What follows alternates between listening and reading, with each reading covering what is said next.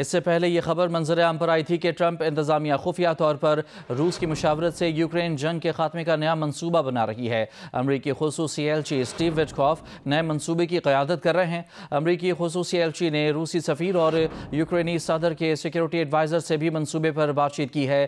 روس اور یوکرین کی جنگ کے خاتمے کے 28 نکات پر مشتمل روڈ میپ میں یوکرین میں امن اور سیکیورٹی گارنٹی شامل ہے۔ یورپ کی سلامتی اور مستقبل میں امریکہ کے روس اور یوکرین سے تعلقات کے معاملات بھی شامل ہیں۔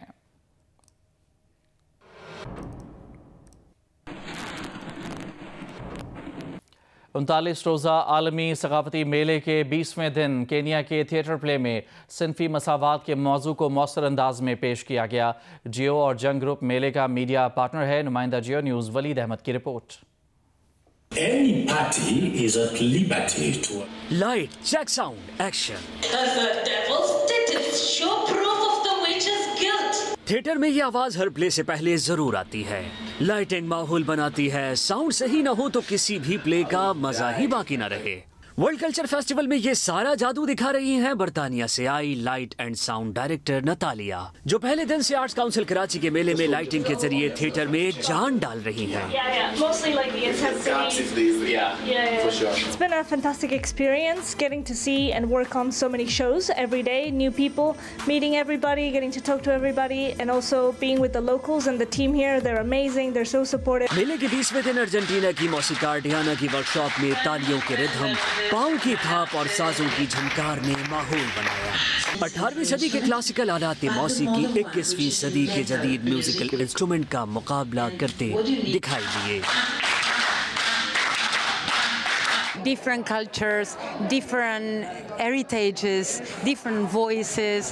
So I think this is unique. I've never been in a festival of this quality, to be honest. کتنا اچھا لگا ہر سال یہ ہو لوگ مطلب اتنے سارے آرٹسٹ پوری دنیا سے یہاں آ رہے ہیں اور کائنڈ آف ایک طرح سے فری ہی ہے، کچھ بھی نہیں ہے، اتنا ریزنیبل ٹکٹ ہے۔ So I would encourage every one. مختلف قسم کے آرٹسٹ، کچھ کے پاس ڈگری ہے، کچھ کے پاس بغیر ڈگری کے وہ آرٹسٹ ہیں، لیکن یہ ایک اسپیس ہے جہاں پہ جو بھی موجود ہے، جو سیکھ رہا ہے، جو سکھا رہے ہیں، وہ سب آرٹسٹ۔ پھر کینیا کا theatre play running for my life شروع ہوا، جس نے صنفی ناانصافی اور معاشرتی جبر کے موضوع کو پوری شدت کے ساتھ اجاگر کیا۔ کینیا کی ایتھلیٹ ایگنیس کی المناک داستان پر مبنی کھیل نے جہاں سوچ پر دستک دی تو وہیں ثابت قدمی اور امید کا پیغام بھی دیا۔ کیمرہ مین زبیر الدین اور عدنان علی کے ساتھ ولید احمد، جی نیوز، کراچی۔